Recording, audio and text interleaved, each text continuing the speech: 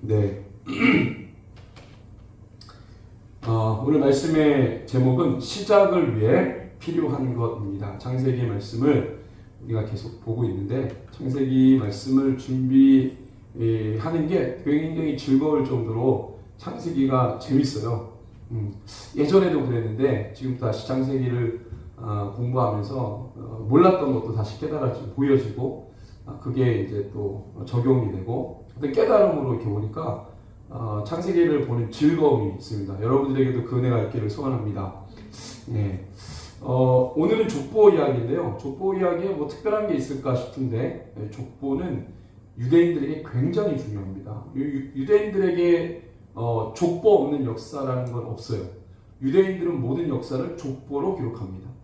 우리가 생각하는 것 그 이상으로 족보, 이 계보를 정말 중요하게 생각해요.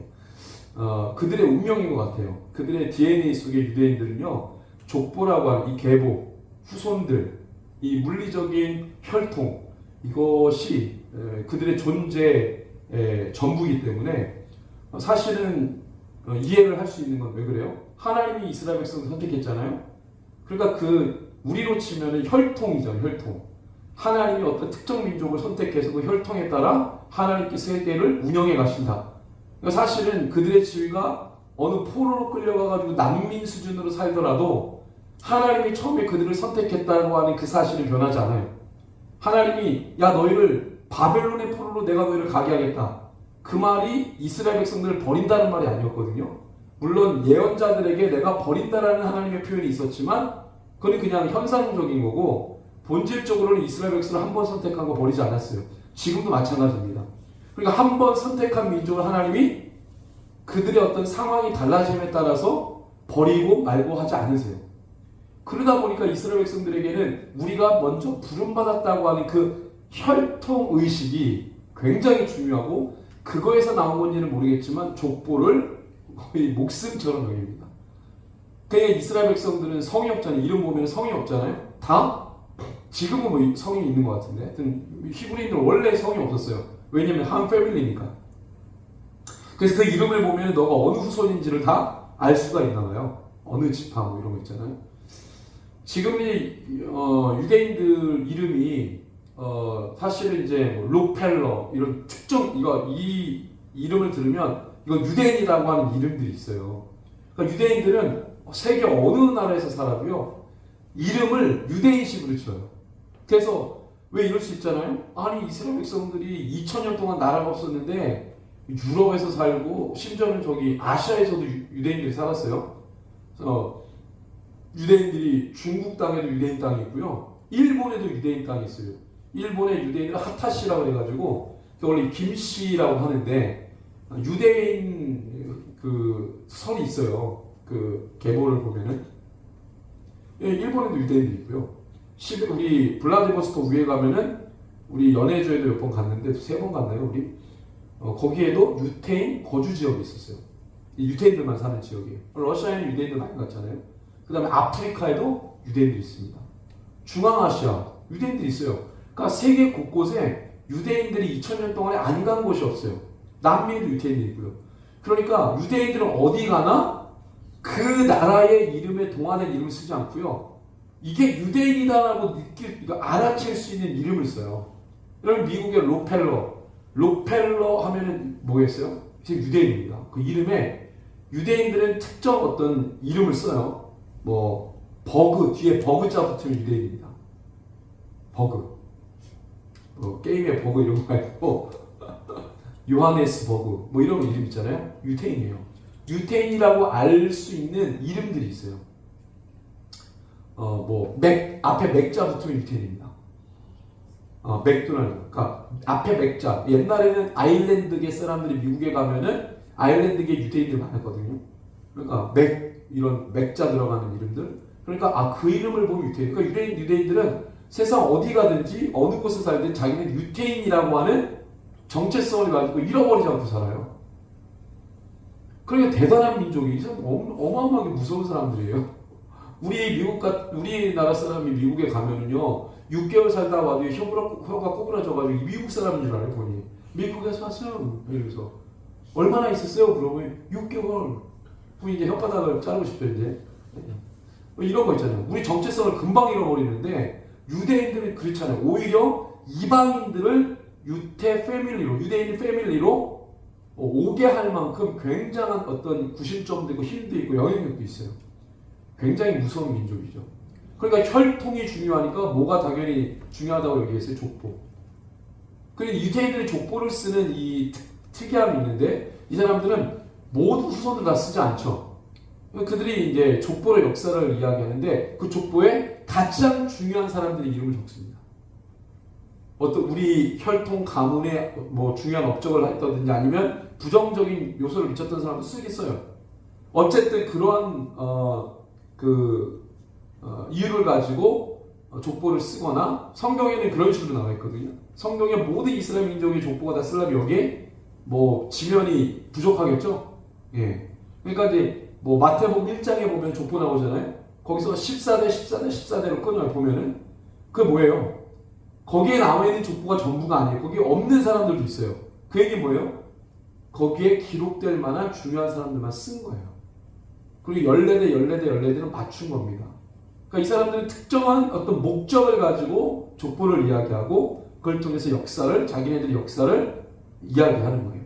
자, 그러면 우리가 지금 오늘 족보를 볼 텐데 이 족보를 가지고 톨레도스인데 히브리어로 이 톨레도스를 가지고 하나님이 지금 이 모세 오경을 접하고 있는 이스라엘 백성들에게 어떤 메시지를 주려고 하냐는 거예요.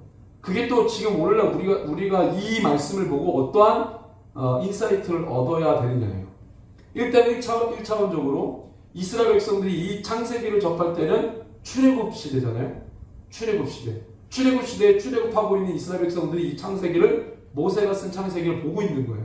그리고 이 부분에 와가지고 자기네들의 선조의 족보를 접하게 되는 거죠. 여러 가지 있어요. 아니 모세가 어떻게 알고 이걸 썼냐? 하나님이 보여주셔서 쓴 거다. 하나님 말씀해 주셔서 그렇게 우리가 좀 알고 있거든요. 그러니까 이것은 하나님이 모세에게 알려준 것이고 또는 어떻게 보면은 구전으로 내려온 어떤 이 그들의 선조의 역사의 이 이야기들을 엮은 것이다. 이렇게도 볼 수 있는 어떤 것이든 간에 출애굽한 이스라엘 백성들이 이 족보를 접하고 있다는 거예요. 자기들의 선조 역사. 그러면 그들에게 이 족보를 보여줄 이유가 뭐냐는 거예요. 출애굽한 이스라엘 백성들에게 이 족보는 어떤 의미가 있냐는 거예요.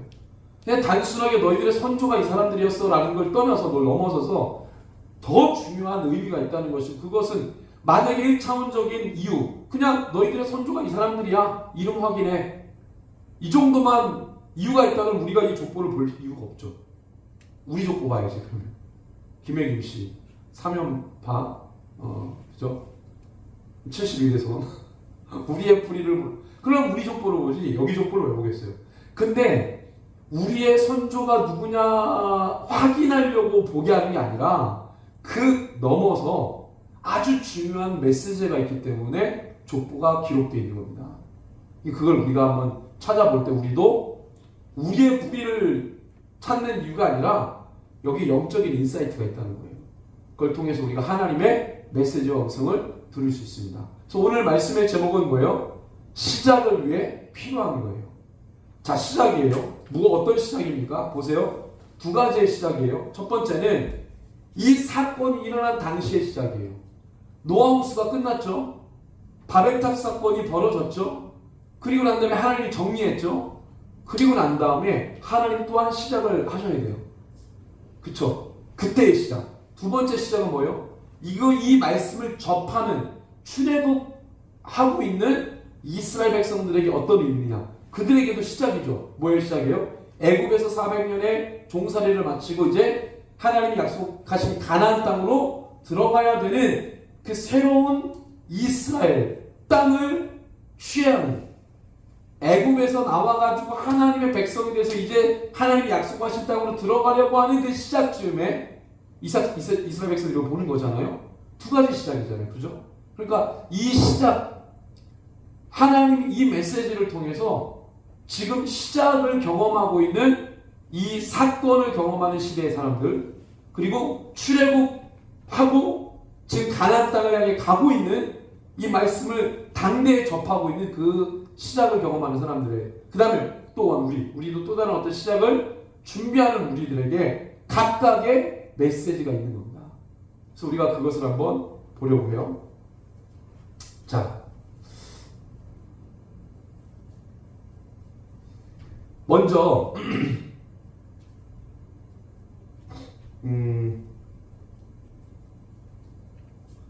창세기 10장 21절에서 30절 말씀, 그리고 오늘 창세기 11장 10절 32절 말씀, 오늘 우리가 읽은 거죠? 그죠? 네? 요거요? 지금 이걸 우리가 오늘 읽은 거고요. 그 다음에 요 셈부터 아브람까지 우리가 족보를 읽었잖아요. 근데 창세기 10장 21절에 30절에 보면은 셈 족보가 또 나오잖아요. 사실은 셈 족보가 두 번 나오는 거예요. 10장에 한 번, 11장에 한 번. 근데 비슷한데 좀 달라요. 뭐가 달라요? 이 창세기 10장 21절 30절은요. 셈부터 시작해서 어디까지 가냐면 욕단까지 대략 4대의 혈통을 기록하고 있어요. 족보. 똑같은 셈 족보인데, 근데 우리가 지금 읽었던 이 창세기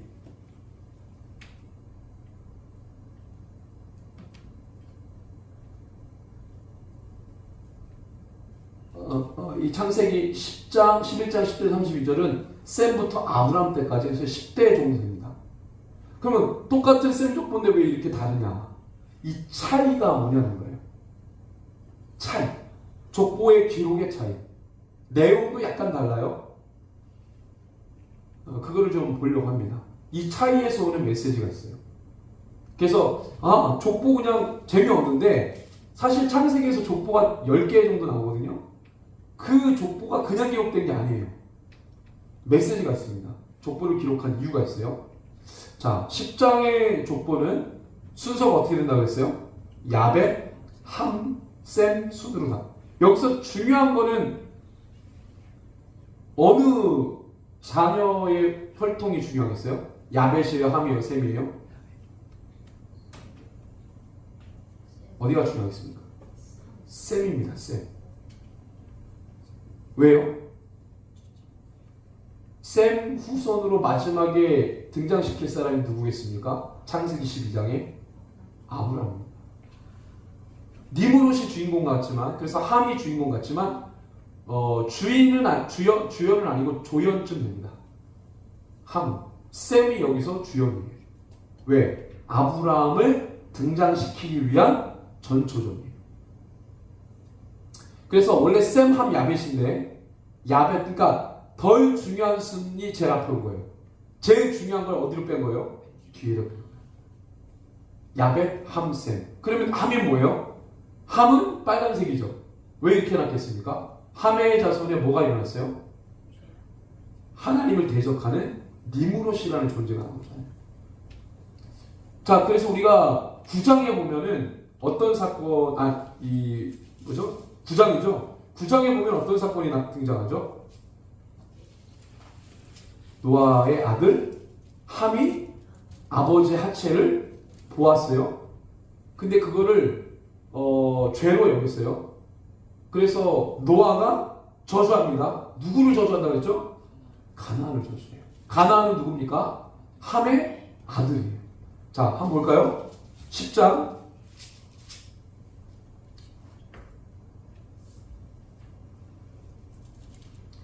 8절 6절이죠. 10장 6절. 함의 아들은 구스와 미스라임과 붓과 누구예요? 가나안. 막내 아들이에요. 함의 막내 아들. 자기 아버지가 잘못했는데 저주는 누가 받아요? 함의 아들, 막내 아들이 받아요. 할아버지 노아가 손자, 막내 손자, 우리나라로 지금 막내 손자가 얼마나 이뻐요? 옛날에 고대 시대에는 사람으로 안 쳐줬습니다. 막내는. 다윗도 막내였잖아요. 8형제 중에 막내. 사람으로 안 치잖아요. 사무엘이 와가지고 아들 좀 보여달라고 했더니 이새가 계속 보여주고, 아니 하나님이 얘네들 아니네. 사무엘이 그러니까 또 없어요? 그때 생각났어요. 다윗이라는 애가 있는데 고대 시대 때는 그래. 지금은 아니지만 어쨌든 가나안이 저주를 받아요. 자, 보세요. 그럼 왜 가나안이 저주를 받았냐? 이유가 뭐라 그랬어요? 이스라엘 백성들이 가나안 땅으로 들어가야 돼요. 가나안이 왜 정복 땅이어야 되는지를 창세기 9장에서 명분을 주는 겁니다. 우리가 가나안 땅을 정복하러 가는 이유는 이때 하나님이 누구를 저주했기 때문에? 가나안을 저주했기 때문이었습니다. 그 명분을 주는 거예요. 그래서 그 명분을 가지고 하나님이 명분을 주신 거예요. 하나님의 명분을 가지고 그 가나안 땅을 정복해 가는 겁니다. 되게 중요한 거죠. 그래서 함은 그런 의미에서 이제 중요한 겁니다. 왜냐하면 함의 후손을 기록할 때 니므롯이 등장해요. 자, 니므롯 어떤 사람이에요? 하나님을 정면으로 대적했던 사람이죠. 자, 니므롯 가나안의 뭐예요? 조카예요, 조카. 자, 여기 보여줄게요. 자, 야벳, 함, 셈이죠. 자, 이게 뭐냐면 족보가, 자, 처음에 야벳 아들들 보면은요, 야벳의 아들 고멜과 야완과 기타 등등에서 7형제를 기록해요. 여기서 보면은 야완이 어디냐면, 야완 헬라인들의 조상입니다. 헬라인들, 지금의 헬라인들이 유럽인들의 조상이란 말이에요. 그래서 야벳 족속을 보통 백인 뭐 이렇게 얘기합니다. 예.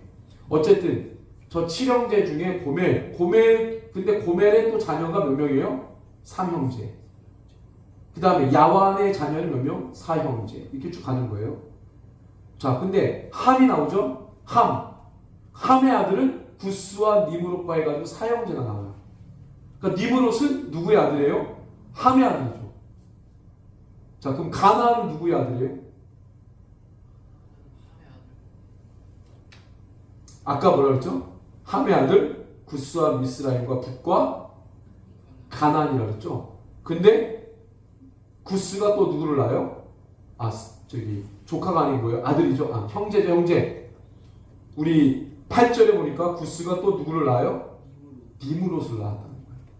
그 니므롯이 굉장히 중요한 사람이라서 맨 마지막에 있는지 아니면 막내. 뉘앙스는 막내 같죠? 그저 또 나왔으면 이렇게 됐으니까 니므롯. 니므롯이 하나님을 대적한. 그러니까 구스의 누구의 아들이었어요? 함의 아들은 구스와 니므롯이니까 함의 아들이죠. 막내 아들이에요. 구스의 자녀는 몇 명이요? 5형제. 그 다음에 구스 아들 라마 자녀 2명 얘기해요. 예. 그러니까 지금 빨간색으로 해놓은 요 의미가 있는데, 그 다음에 셈은 아르박삿, 셈의 아들 아르박삿, 아르박삿의 아들 셀라의 아들 에벨의 두 아들 벨렉과 욕단. 이렇게 소개해요. 이 빨간색이 뭐냐? 요때 성경은 사람들이 족속대로 나뉘어졌다. 요 기록이 나온 그 자녀들 혈통입니다. 그러니까 보세요. 야벳과 함은 셈 이 세 혈통을 보면요, 세상이 나뉘어졌다, 민족과 그 수대로 나뉘었다 라고 했던 그 자녀들 때의 모습이에요. 셈은 몇 대까지 와서? 4대에 와서 세상이 달라졌습니다. 야벳하고 함은 몇 대예요? 2대죠. 2대 만에. 그러면 여러분 어떻게 생각하세요? 서로 다른 시대 사람인 것 같아요? 동시대 사람이에요. 동시대 사람. 그럼 나뉘어졌다라는 게 뭘 의미할까요? 셋 다 야벳 때 이 사람들이 나뉘어졌고, 함 때 이 사람이 나뉘어졌고, 셈 요 그때 와가지고 세상이 나뉘어졌다고 얘기하는 거예요. 세상이 나뉘어졌다고 하는 기록을 가지고 있는 자녀들입니다. 이게 뭘 의미할까요? 바벨탑 사건이죠. 왜? 언어가 하나였다가 하나님이 흩어버렸잖아요. 그래서 언어가 갈렸어요. 그리고 언어대로, 거주지대로 나뉘어져서 흩어집니다. 그게 어느 때라는 거예요? 야벳은 고멜과 야완 때, 함 때는 당연히 니므롯이 있었던 구스와 니므롯 때.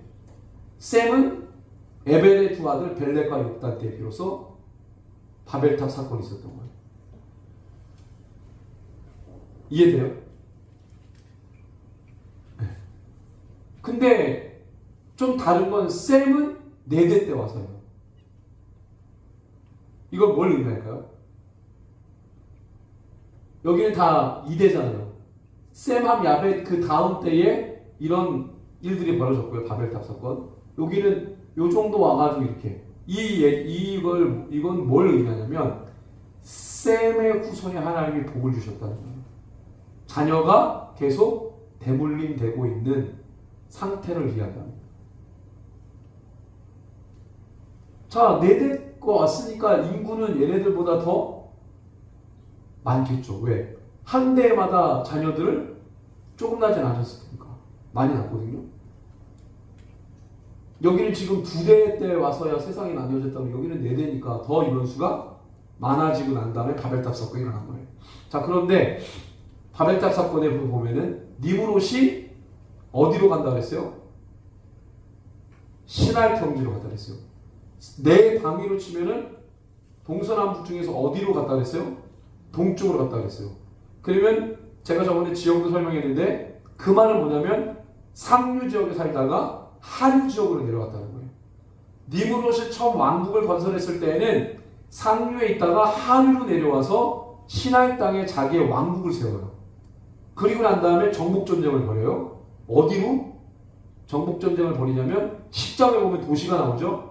도시들의 내용들을 보면은 시나이 땅, 바벨이죠. 바벨에서 시작해가지고 그 나라를요 상류 지역으로 올라가면서 나라를 확장시킵니다. 그 얘기 뭐예요? 상류 지역에 누가 삽니까? 상류 지역에 누가 살아요? 셈의 집안이 살아요. 야벳은 어디로 갔어요? 해변 쪽으로 갔다 그랬어요.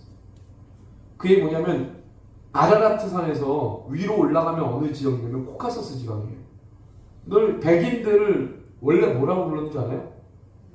코카서스, 코셔크 이렇게 불렀거든요. 그게 코카서스. 그 지역의 사람들은 백인의 기원이라고 봐요.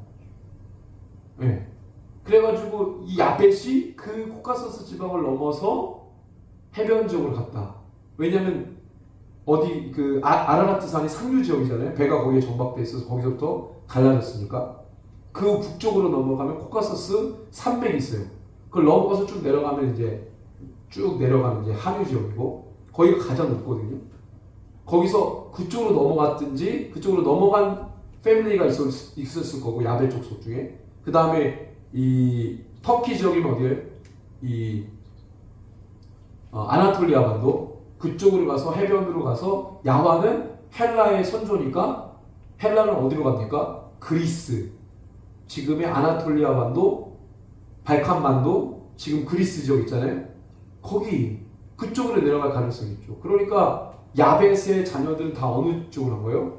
해변 지역으로 바닷가 있는 쪽으로. 셈은 상류 지역에 살았죠. 제사장 권한이 있으니까 전 번제를 드려야 되니까 높은 산에서 있고 함은 평지로 내려왔다가 어디를 정복해 갔다는 거예요? 형의 집안을 정복해 갑니다. 왜요? 형의 집안이 뭐가 많아요? 인구가 많고 사람들이 많고 도시화가 돼 있고 그죠? 그래서 형의 집안을 상류 지역으로 올라가면서 치고 정복전쟁을 벌인다라고 보는 거예요. 그러면서 레센이 뭐냐면 넓은 지역 그죠? 넓은 큰 성들을 쌓으면서 최초의 문명 국가를 이루었다. 그게 뭐예요? 메소포타미아 지역의 문명국 고 바벨론 제국을 세웠다. 이렇게 얘기하잖아요. 그래서 최초의 바벨론 제국을 만든 사람은 니므롯 이렇게 얘기합니다. 실제 인물. 그래서 이 터키에 가면은 동쪽인가 어디 가면은 니므롯 상 발견됐잖아요.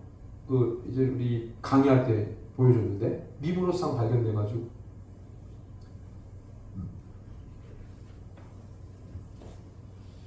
그럼 왜 신할이냐? 신할 땅, 바벨론 그 땅, 니므롯이 하나님을 대적하기 위해 시작된 그 땅. 그래서 역사에 혼란함을 주고 형제들 간에 비극이 생기고 하나님을 대적하는 첫 왕국이 시작됐다. 그죠? 자, 지명이 나오고 인명이 나와요. 인명은 뭐예요? 사람 이름이죠. 지금 족보는 지명이에요? 인명이에요? 인명이죠. 사람들의 이름이 왜 이렇게 많이 나오고 특별히 셈의 족보가 10장에도 나오고 11장에도 나와요. 자, 10장에 셈 족보가 2번 나왔는데 왜 이렇게 많이 나오냐면 10장에 보면은 셈 족속에 자 봅시다. 21절부터 보면요. 셈 족속에 나오는데요. 자, 몇 절부터 보냐면 이게 몇 절이죠? 25절에 보면 26절에 보면 욕단이 벨렉과 욕단인데 에벨의 두 아들이 벨렉과 욕단이잖아요. 10장은 벨렉이 아니고 욕단의 그러니까 에벨의 두 아들 벨렉과 욕단인데 벨렉 때 세상이 나뉘어졌다. 근데 벨렉과 욕단이가 둘이 형제잖아요. 둘이 있을 때 나눠졌다는 거예요. 그 바벨탑 사건이 두 형제가 있을 때 실제적으로 벌어졌다는 것을 말하는 것이죠. 벨렉과 욕단인데 10장은 벨렉과 욕단 중에서 누구의 족보로 이야기하냐면 욕단입니다. 10장. 근데 11장의 셈 족보는 욕단이 안 나오고 벨렉이 나와요. 그러니까 10장의 셈은 뭘로 마치냐면 욕단 족보로 마치고 11장의 셈 족보는 벨렉과 욕단 중에 누구 이름으로 이어져 와요? 벨렉입니다. 아브라함은 욕단과 벨렉 중에 누구의 후손이라고 기록되어 있습니까? 벨렉이에요. 그럼 10장에서는 왜 욕단을 이야기할까요? 이유가 있어요. 26절에 보면 욕단은 알모닷과 셀렙과 하살마헷과 예라와 하도람과 우살과 디글라와 오발과 아비마엘과 스바와 오빌과 하윌라와 요밥을 낳았으니 이들은 다 누구의 아들이다? 욕단의 아들. 누구를 자꾸 얘기해요? 욕단. 이게 왜 나오냐면 이 인명들이 나중에 뭐가 돼요? 지명이 됩니다. 그 지명을 왜 소개하냐면 이스라엘 백성들이 애굽에서 나와가지고 가나안 땅으로 가는 장소들마다 이 지명들이 나와요.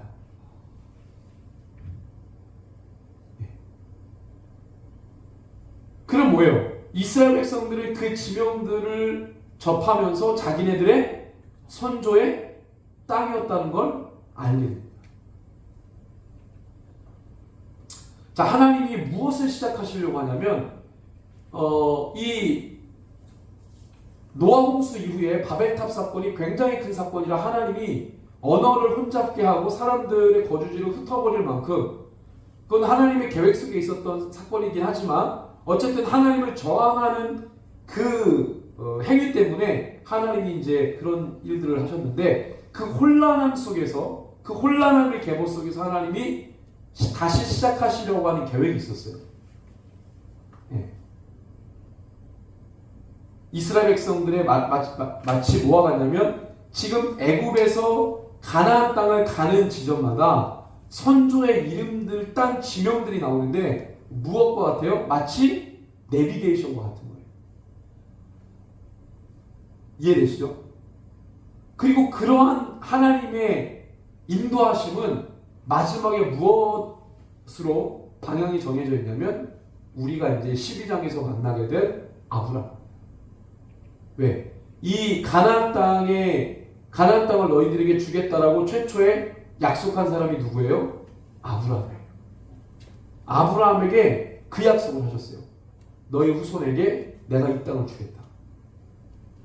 그래서 이스라엘 백성들은 그 선조 아브라함에게 하나님 약속하신 그 땅을 취하러 가나안 땅에 가고 있는 겁니다.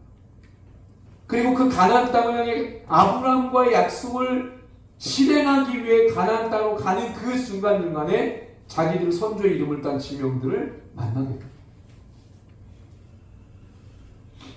자, 그래서 우리가 여기서 볼 것은 뭐냐면 10장의 니므롯과 11장에도 나오죠. 10장에는 니므롯이 나왔고 10장에 니므롯이 나왔죠. 10장에 니므롯이 나오고 11장에 바벨탑 사건이 나오고 11장 마지막 족보 마지막에 누가 등장해요? 아브라함이 등장하죠. 그래서 우리가 이 두 인물을 대비해서 생각해 볼 수 있어요. 뭡니까? 자, 니므롯은 어떤 사람이고 아브라함은 어떤 사람인가? 니므롯은 하나님을 대적하는 사람이고 아브라함은 믿음의 사람이죠. 니므롯이 왕조를 열었던 곳은 어디입니까? 하나님의 품을 떠나 동쪽으로 가서 정말 좋은 그죠? 그런 땅에 이제 신할 땅인데 바벨 거기서 나라를 세워서 자기 형 집안을 치고 올라가 정복 전쟁을 해요. 패밀리에 혼란함을 줬던 사람이죠. 아브라함은 어떤 사람이에요? 그 땅에서 온 사람입니다. 신할과 바벨 문명에서 살았던 아브라함이 살았던 땅이 우르예요. 우르. 갈대아 우르. 갈대아라는 말이 뭐냐면 칼데아. 칼데아를 보통 모르면 바벨론 사람들을 칼데아인이라고 불렀어요. 누구를 그렇게 불렀다고요? 바벨론 사람들. 바벨론 사람들을 칼데아인이라고 불렀어요.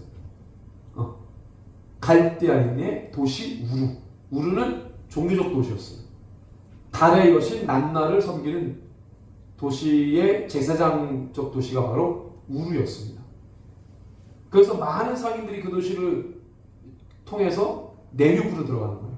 왜냐하면 거기가 항구였거든요. 지금은 육지가 됐지만 고대 시대에는 거기가 항구였다는 거예요.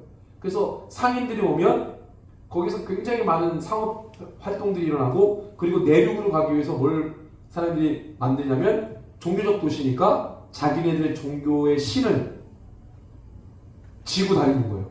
뭐를 위해서? 보호를 위해서. 그래서 거기서 장사가 제일 잘 된 장사가 우상을 깎아 만들어 파는 장사.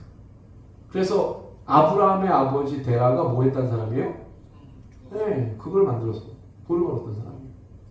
그 바벨론 문명 안에서 떡곰을 받으면서 살았던 사람들. 그게 바로 아브라함. 왜냐하면 왜 아브라함이 셈족인데 그 하루 지역에 와서 살았겠어요? 상류에 살았는데 왜 그랬겠어요? 니므롯이 자기 형 집안을 치고 올라가서 문명을 만들었죠? 이주 정책을 썼을 거예요. 그죠?